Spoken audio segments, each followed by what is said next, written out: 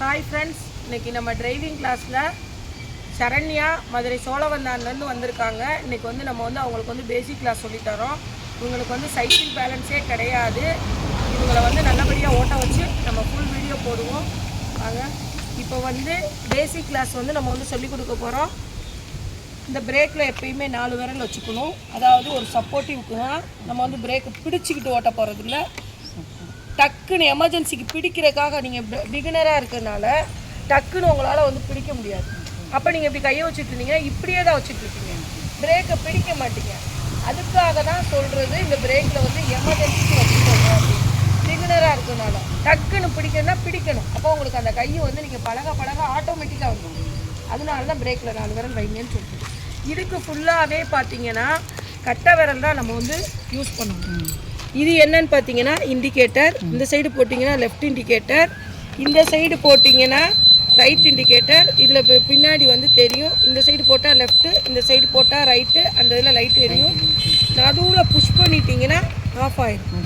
இது என்னன்னு கேட்டிங்கன்னா ஹாரனு. இது என்னன்னு கேட்டிங்கன்னா இந்த சைடு எல்லாத்துக்குமே நம்ம வந்து கட்டை விரல் தான் யூஸ் பண்ணணும். இது வந்து ஆக்சிலேட்டருக்கு இந்த விரல் யூஸ் பண்ணணும். அப்படி நம்ம யூஸ் பண்ண போகிற இந்த கட்டை விரல் வந்து யூஸ் பண்ணணும். 2 சைடுமே இந்த கட்டை விரல் தான் நம்ம வந்து யூஸ் பண்ணணும். இந்த இதுக்கும் கட்டை விரல், இந்த இதுக்கும் கட்டை விரல். இதை நீங்கள் ரொம்ப எமர்ஜென்சியாக பார்த்து வச்சுக்கணும். இது என்னன்னு கேட்டிங்கன்னா லைட் சுவிட்சு. இந்த இதை ஆன் பண்ணி இதை போட்டு இதை ஆஃப் பண்ணிங்கன்னா dim and right. Dim and ரைட்டுனா என்னன்னு பார்த்தீங்கன்னா, அதாவது நைட்டில் வந்து நமக்கு வந்து பவர் வந்து கூட வேணுமா கம்மியாக வேணுமா. இருட்டான பகுதியில் பவராக யூஸ் பண்ணிக்கலாம். கொஞ்சம் வந்து வெளிச்சமாக இருக்குது அப்படின்னா நம்ம என்ன பண்ணிக்கலாம், கம்மியாக யூஸ் பண்ணிக்கலாம். அதுக்கு தான் நமக்கு டிம் வேணுமா பிரைட் வேணுமான்றதை போட்டு பார்த்துக்கோங்க. சரிங்களா. இது என்னன்னு பார்த்தீங்கன்னா செல்ஃப் ஸ்டார்ட். செல்ஃப் ஸ்டார்ட்ன்றது என்னன்னு பார்த்தீங்கன்னா பட்டனில் ஆன் ஆகுறதுக்கு பேர் தான் செல்ஃப் ஸ்டார்ட். சரிங்களா. இதை இந்த பிரேக்கை லைட்டை அழுத்தி இந்த இதை அமுக்கி விட்டுட்டோம்னா செல்ஃப் வந்து ஆன் ஆகிடும். சரிங்களா. இது என்னன்னு பார்த்தீங்கன்னா ஆக்சிலேட்டர்.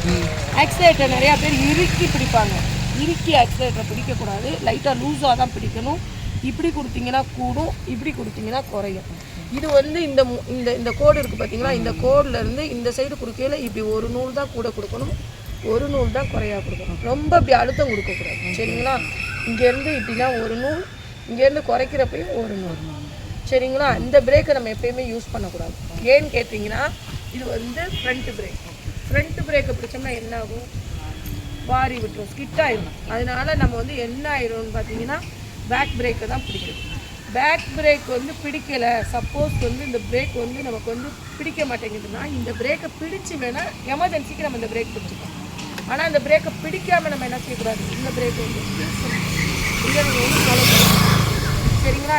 அதாவது சாவி எப்படின்னு பார்த்தீங்கன்னா கிளாக் டிவைஸ் படி ஆனு, ஆன்டி கிளாக் டிவைஸ் படி ஆஃபு. லைட்டாக அந்த ஹேண்ட்பாரை திருக்கி புஷ் பண்ணி இப்படி இது பண்ணிட்டீங்கன்னா லாக் ஆகிடும். சரிங்களா. இவ்வளோதான். இது என்னன்னு பார்த்தீங்கன்னா பெட்ரோல் போடுறது. பெட்ரோல் வந்து எந்த மாதிரி போடணும்னு பார்த்தீங்கன்னா திறந்துட்டு இதை ஓப்பன் பண்ணி போட்டிங்கனாலே பெட்ரோல் வந்து போட்டுக்கலாம். அடுத்து இது என்ன கேட்டிங்கன்னா ஹெல்மெட் நம்ம யூஸ் பண்ணிடலாம். ஹெல்மெட் வந்து நம்ம வந்து போடணும். இப்போ வந்து ஸ்டாண்டு எப்படி போடணும், ஸ்டாண்டு எப்படி எடுக்கணுன்றதை தான் பார்க்கணும். அதாவது ஸ்டாண்டை எடுக்கிறப்ப இந்த இதில் தண்ணி விடணும். எடுக்கிறப்ப இந்த ஹூக் இருக்குது பார்த்தீங்களா, இந்த ஹூக்கை எடுத்து விட்டு நல்லா ஃபுல்லாக அப்படி தள்ளிங்கன்னா டப்புன்னு சவுண்டு. அந்த டப்புன்னு சவுண்டு கேட்டால் தான் இப்போ ஸ்டாண்டில் இருக்குன்னு. அதனால போட்டுட்டு இப்படி எடுக்கிறப்ப சரிங்களா. போடுறது இதை போட்டு இப்படியே நல்லா சரிங்களா. அடுத்து வந்து இது என்னன்னு பார்த்தீங்கன்னா கிக்கரு. இந்த கிக்கர் வந்து நம்ம வந்து எப்படி ஸ்டார்ட் பண்ணணும்னு பார்த்தீங்கன்னா இந்த சைடு பேக் நம்ம கால் எப்படி, இந்த கால் வந்து நம்மளுக்கு ஆப்போசிட்டாக இருக்குது. கிக்கர் பார்த்துக்கோங்க, நம்ம கால் வந்து எப்படி இருக்குது, ஆப்போசிட்டாக இருக்குது. அப்போ கால் ஆப்போசிட்டாக வச்சு ஒரே ஒரு அழுத்துனீங்கன்னா கிக்கர் வந்து ஸ்டார்ட் ஆகிடும். சாவியை வந்து ஆன் பண்ணிவிட்டு இப்போ நம்ம ஆன் பண்ணலை, அதனால ஸ்டார்ட் ஆகணும். இப்போ வந்து கிக்கரை அப்படி எடுத்து விட்டுக்கணும். எடுத்து விட்டுட்டு பேக் சைடு, அதாவது நம்ம கால் வந்து ஆப்போசிட் டைரக்ஷனில் இருக்கணும். இருந்துட்டு இப்படியே ஒரே அழுத்தணும். ஆனாயிடுச்சா. இப்போ நம்ம பழகின பேர் என்னன்னு பார்த்தீங்கன்னா பேசிக் கிளாஸ். இந்த பேசிக்கெல்லாம் தெரிஞ்சால் தான் நம்ம வந்து வண்டி வந்து ஓட்டணும். சரிங்களா. இன்னொரு டிப்ஸ் என்னென்னா வண்டியில் ஏறுறப்ப லெஃப்ட் பிரேக்கை பிடிச்சி தான் ஏறி உட்காரணும். அதே மாதிரி லெஃப்ட் பிரேக்கை பிடிச்சி தான் இறங்கணும். இதுதான் வந்து பேசிக் கிளாஸ்.